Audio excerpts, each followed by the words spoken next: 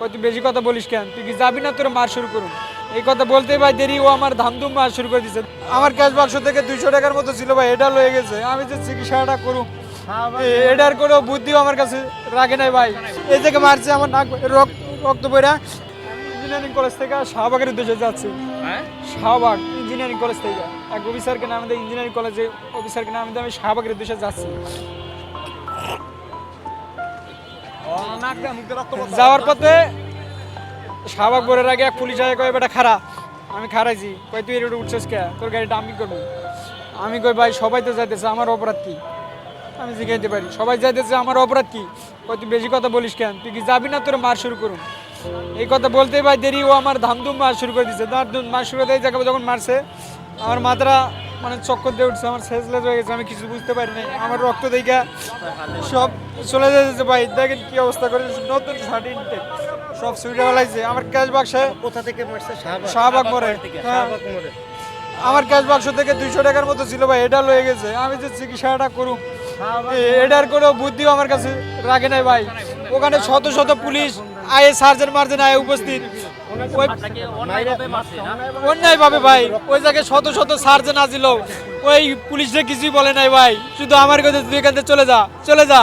আরে আমি এই অবস্থা করে কিছু বলে নাই না, কিচ্ছু বলে নাই ভাই। সার্জেন ছিল ওই জায়গায়, টিআইও থাকতে পারে, কিন্তু আমি পুলিশ ইঞ্জিনিয়ারিং কলেজ থেকে আমি শাহবাগে যাওয়ার পথে আমার কয় তোর গাড়িটা আমি কবে। আমি কই আমার অপরাধ কি? তুই কয় তুই রুটে উঠছস কি কারণে? আমি কই সবাই তো যাইতেছে, তাহলে আমার অপরাধ কি? সবাই যদি যাইতে পারে আমিও যাইতে পারুম, এতে তো কোনো সমস্যা নাই। কয় তুই বেশি কথা বলিস কি কারণে? তোর কিন্তু মার শুরু করুম। আমি মার শুরু করলে কিন্তু থামাবো না। কর সাথে সাথে আমার দামদুম মার শুরু করে দিচ্ছে।